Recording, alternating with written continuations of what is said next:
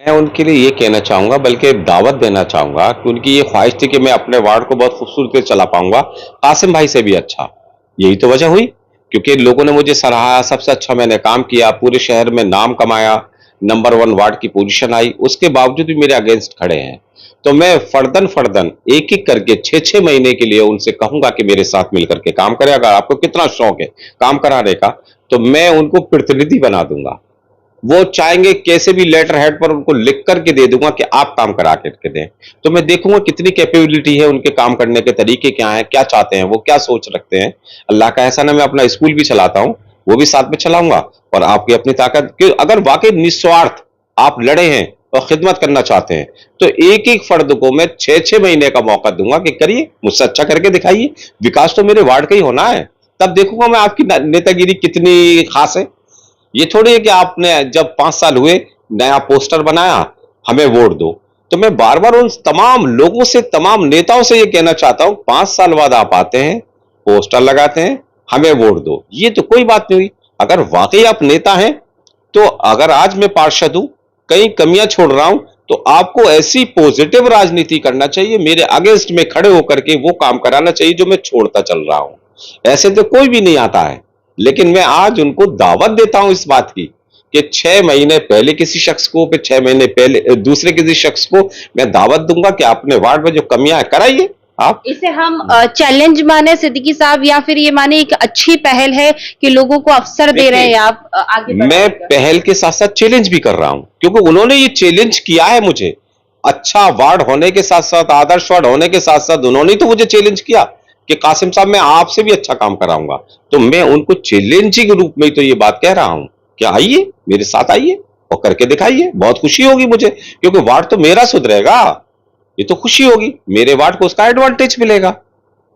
इसलिए मैं उनको दावत देता हूं कि वो आए मेरे साथ काम करें। ये तो कहते हैं कि हर जगह का हाल है कि प्रत्याशी 5 साल तक दिखाई नहीं देते, चुनाव के टाइम पे आ जाते हैं। लेकिन आपने हमेशा देखा होगा, मैं तो नहीं, वो प्रत्याशी नहीं, एक्चुअल में वो लड़ना नहीं चाहते, उनका तो कोई और मकसद होता है, कोई और एम होता है। अब मैं एकदम डायरेक्ट वे में ये बात नहीं कहना चाह रहा हूं कि उनके मकसद क्या क्या होते हैं। अगर वाकई काम वाले हों, तो हम लोगों को 2 मिनट में लोग नकार दें और नया कैंडिडेट चुन करके सामने पहुंचा दें। 3-3 4-4 दफे के जीते हुए भी वहां पहुंच रहे हैं, क्यों पहुंच रहे हैं? क्योंकि यकीनन वो अच्छा काम करते हैं। लेकिन उनके अगेंस्ट भी खड़े हैं, हमें वोट दो, हमें वोट दो। अरे भाई, वोट के काम करो आप। जो आज 400 कुछ वोट लेकर के हमारे साथ दूसरे नंबर पर है, तो मैं समझता हूं ये अगर वाकई पॉजिटिव वे में उन्होंने काम कराए होते 5 साल, तो शायद ये मार्जिन 2 4 6 10 वोटों का, 100 वोटों का होना चाहिए था। आज मैं 1212 वोटों से जीता हूं। इसका मतलब लोगों ने मेरे काम को सराहा, मुझे कबूल किया, आप लोगों को बाकायदा नकार दिया। और फिर वही चेहरे आप नोटिस में ले लें, वही चेहरे फिर कल 5 साल बाद आएंगे, पोस्टर लगाएंगे खूबसूरत सा, हमें वोट दो। तो मैं तमाम वार्डों में यही बात कहता हूं, भाई 5 साल बाद आना है, पब्लिक का वही पब्लिक है, वही वार्ड है, वही गलियां हैं, तो आप हमेशा मौजूद रहते हैं, आप काम क्यों नहीं कराते हैं?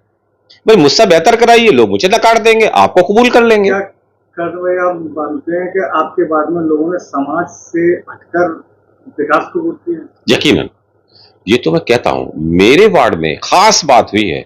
पूरे फिरोजाबाद के अंदर मुस्लिम्स में खास तौर से जात बिरादरी की नेतागिरी होती है, लेकिन मेरे वार्ड में उससे भी ऊपर उठकर सिर्फ विकास की बुनियाद पर मैं जीता हूं। मैंने नहीं देखा, चाहे कोई पठान रहा हो मुझे वोट किया, चाहे अंसार किसी भी, यानी XYZ किसी भी समाज से था, तभी तो मेरे इतने वोट आए, मैं इतने वोटों से जीत सका।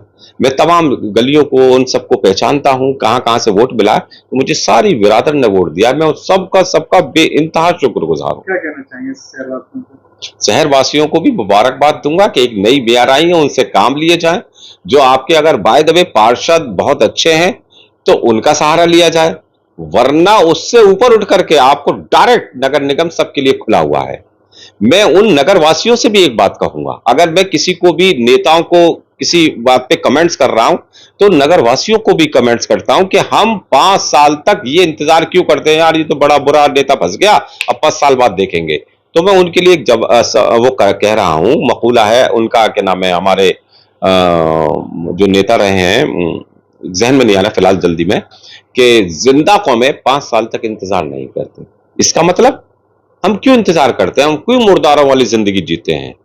हमें 5 साल इंतजार ही नहीं करना है। कोई भी पार्षद रहा हो, राम मनोहर लोहिया जी का ये वो है कॉल कि जिंदा कौमें 5 साल इंतजार नहीं करती। ये नहीं कि आज हम जीते हैं 5 साल बाद देखूंगा, क्यों देखूंगा, हम क्यों देखेंगे। हमारी जिंदगी, हमारे बच्चों की जिंदगी, हमारे मोहल्ले का सिस्टम डैमेज होता जा रहा है।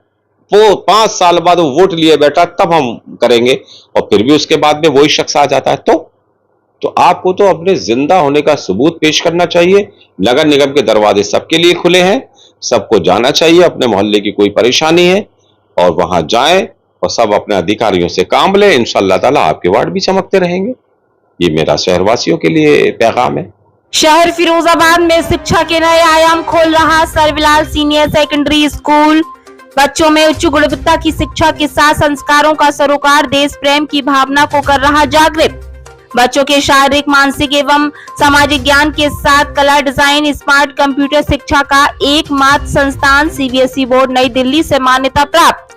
बच्चों के लिए स्कूल का हरा भरा खुला वातावरण विद्यार्थियों में कर रहा एक नई ऊर्जा का संचार। छात्रों को लाने ले जाने के लिए वाहन की व्यवस्था, गरीब बेटियों, असहाय बच्चों के लिए विशेष छूट। हमारा उद्देश्य न रह जाए कोई शिक्षा से वंचित। प्रवेश के लिए जल्द पधारें। हमारा पता Premnagar, Dak Bangla, NS2, Sarvlal convent senior secondary school, Firozabad. Mobile number 9536046046। प्रबंधक कामरान खान, प्रिंसिपल इदराक अहमद।